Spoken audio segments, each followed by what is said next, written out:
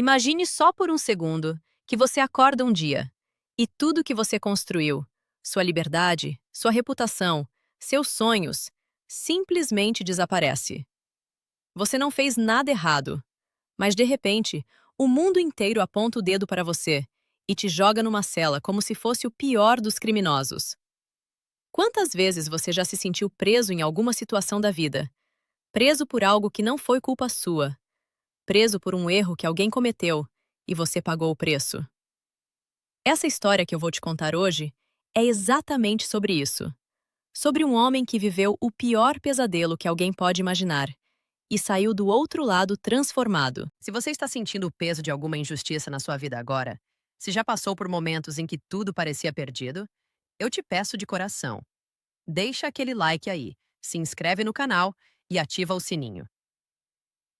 Histórias como essa precisam chegar até mais pessoas que estão se sentindo presas, desesperadas, sem esperança.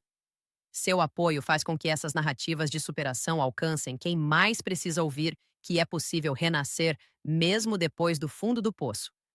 Agora respira fundo comigo, porque o que vem a seguir vai mexer com você. Prepare o coração, porque vamos entrar na vida de um homem comum que teve sua existência inteira virada de cabeça para baixo por um erro judicial que durou anos. Essa não é só uma história de prisão, é uma história de sobrevivência, de dor profunda, de raiva contida e de uma luta que mudou não só a vida dele, mas de muitas outras pessoas. Era uma tarde comum de sexta-feira na cidade de São Paulo, quando tudo mudou para o Lucas. Ele tinha 32 anos, trabalhava como engenheiro civil numa construtora respeitada, era casado com a Mariana há 6 anos e pai de uma menina linda chamada Sofia, de 4 anos. Lucas era daqueles caras que acordavam cedo, tomavam café com a família, davam um beijo na esposa e na filha antes de sair para o trabalho. Ele sonhava em construir a casa própria, viajar com a família nas férias, ver a Sofia crescer e se formar. A vida dele era simples, honesta, cheia de planos pequenos, mas cheios de significado. Ele não era perfeito, ninguém é, mas era um bom homem, daqueles que pagam as contas em dia, ajudam os vizinhos e acreditam que o mundo recompensa quem faz o certo. Naquela sexta, ele saiu do escritório mais cedo porque tinha prometido levar a Sofia no parque. Estava dirigindo pela marginal quando 2 carros da polícia apareceram do nada. Bloquearam seu caminho, armas em punho. Lucas freou assustado, coração disparado, sem entender nada. Os policiais gritaram para ele sair do carro devagar, mãos na cabeça. Ele obedeceu, confuso, pensando que era algum engano. Mas não era. Eles o algemaram ali mesmo, na frente de todo mundo, enquanto liam os direitos. Acusação de homicídio qualificado. Diziam que ele tinha matado um homem chamado Roberto Almeida, um empresário que aparecera morto 2 dias antes com sinais de luta e uma facada fatal. A arma do crime, uma faca com as digitais de Lucas, tinha sido encontrada na cena. Testemunhas juravam ter visto um homem parecido com ele saindo do local. Lucas gritava que era inocente, que não conhecia nenhum Roberto, que nunca tinha visto aquela faca. Mas ninguém ouvia. No tribunal, as evidências pareciam esmagadoras. Uma impressão digital parcial, o depoimento de uma testemunha ocular que jurava ter reconhecido ele pela roupa e o pior, um colega de trabalho que disse ter ouvido Lucas discutir com o tal empresário por causa de um projeto. Era tudo circunstancial, mas o juiz, pressionado pela opinião pública, que clamava por justiça rápida, condenou Lucas a 28 anos de prisão. Em menos de 6 meses, ele passou de pai de família para preso número 4.872, na penitenciária de segurança máxima do estado. Os primeiros dias atrás das grades foram um inferno que nenhuma palavra consegue descrever direito.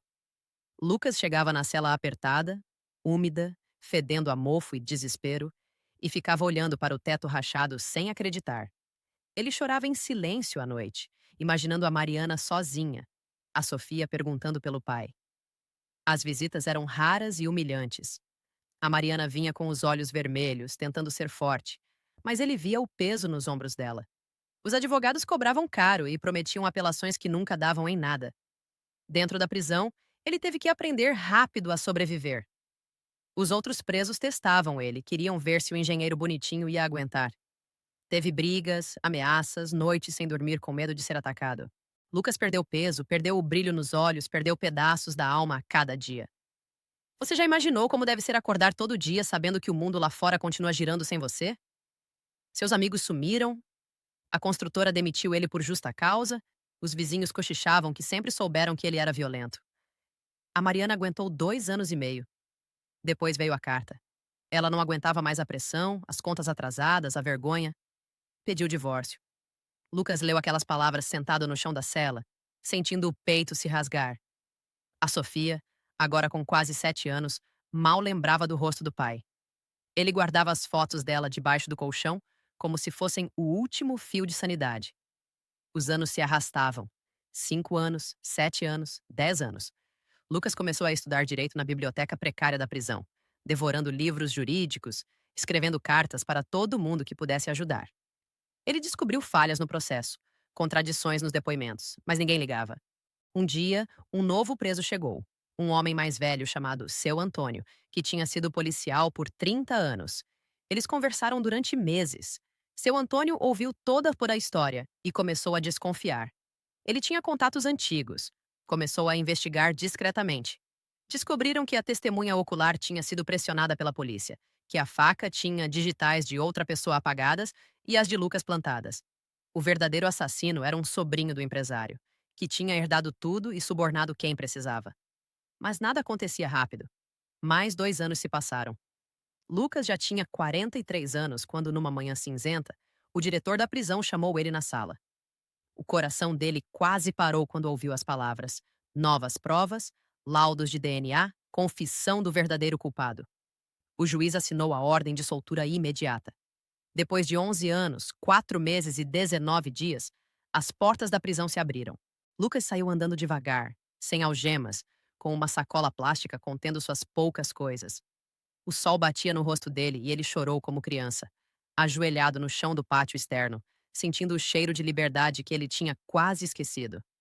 Mas a liberdade não veio fácil. O mundo lá fora tinha mudado. A Mariana estava casada de novo, a Sofia tinha 16 anos e olhava para ele como um estranho. A casa que ele sonhava construir tinha sido vendida. Ele não tinha dinheiro, não tinha emprego, carregava o estigma de ex-presidiário mesmo sendo inocente. Muitos diziam que ele devia ter feito algo errado para ficar preso tanto tempo. A raiva que ele guardou por anos ameaçava consumir ele. Teve noites em que pensou em desistir, em voltar para a escuridão. Mas algo dentro dele, uma chama que nem 11 anos conseguiram apagar, disse não. Lucas começou pequeno. Conseguiu um emprego como auxiliar numa obra, usando o conhecimento de engenharia que ainda tinha. À noite, ele estudava, revisava o processo, juntava documentos. Ele encontrou outros casos parecidos. Pessoas presas injustamente por erros da justiça. Começou a gravar vídeos simples no celular, contando sua história sem filtro, mostrando as cicatrizes emocionais, as marcas no corpo das brigas na cadeia, a dor de perder a filha durante os anos. Os vídeos começaram a viralizar. Pessoas mandavam mensagens dizendo que também estavam lutando contra o sistema, que sentiam a mesma injustiça. Você consegue imaginar a força que é necessária para levantar depois de ser destruído assim? Lucas sentia que cada pessoa que assistia era como ele mesmo anos atrás, preso não necessariamente numa cela, mas preso em dívidas, preso em relacionamentos tóxicos, preso em medos. Ele decidiu transformar sua dor em propósito. Criou uma associação com outros exonerados, começou a oferecer ajuda jurídica gratuita, a pressionar autoridades, a dar entrevistas em grandes veículos. Teve ameaças, teve gente poderosa tentando silenciar ele, mas quanto mais pressionavam, mais ele falava alto. O clímax veio numa audiência pública no Congresso. Lucas subiu ao palco, magro, marcado pelo tempo, mas com os olhos cheios de fogo. Ele contou tudo na frente de deputados, jornalistas e câmeras. Mostrou fotos da cela, cartas da filha que ele nunca recebeu a tempo, laudos médicos de depressão e ansiedade que carregava. Quando ele disse que preferia ter morrido na prisão a viver sabendo que o sistema falhou com ele e com tantos outros, o silêncio foi absoluto. Depois veio o choro, os aplausos, as lágrimas de quem assistia. Naquela mesma semana, uma lei que ele ajudou a redigir foi aprovada, criando mecanismos mais rígidos contra erros judiciais e indenizações justas para inocentes. O verdadeiro assassino, que tinha sido solto por falhas processuais, foi preso novamente. A transformação de Lucas foi profunda. Ele reconquistou o respeito da Sofia, que hoje estuda direito inspirada pelo pai. Eles têm um relacionamento lento, cheio de conversas honestas sobre os anos perdidos. Ele nunca mais se casou, mas encontrou paz em ajudar os outros. Hoje ele anda pelas ruas sem medo, com a cabeça erguida, sabendo que cada cicatriz conta uma história de resiliência. Ele aprendeu que a justiça nem sempre vem do sistema. Às vezes vem de pessoas comuns que se recusam a calar. Depois de tudo, Lucas entendeu que a prisão física tinha acabado. Mas a verdadeira libertação veio quando ele perdoou. Não porque os culpados merecessem, mas porque ele precisava viver. Ele aprendeu que a dor não desaparece, mas pode se transformar em combustível para mudar o mundo ao redor.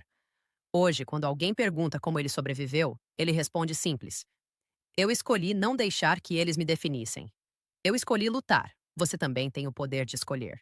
Mesmo que a vida tenha te prendido em alguma cela invisível, mesmo que o erro não tenha sido seu, mesmo que os anos tenham sido roubados, levante a cabeça, respire, comece pequeno, mas comece. Sua história ainda não acabou. A virada pode estar mais perto do que você imagina. Me conta aqui nos comentários o que você achou dessa história. Se já viveu alguma injustiça que te marcou profundamente? Ou se conhece alguém que precisa ouvir isso hoje? Deixa seu relato, diz de onde você está assistindo, compartilha com quem precisa de força. Vamos construir uma comunidade de gente que se recusa a ficar presa. Eu leio todos os comentários e quem sabe sua história não vira a próxima que contamos aqui. Obrigado por estar aqui, por ouvir até o final. Nos vemos no próximo vídeo. Fica com Deus e nunca desista da sua liberdade.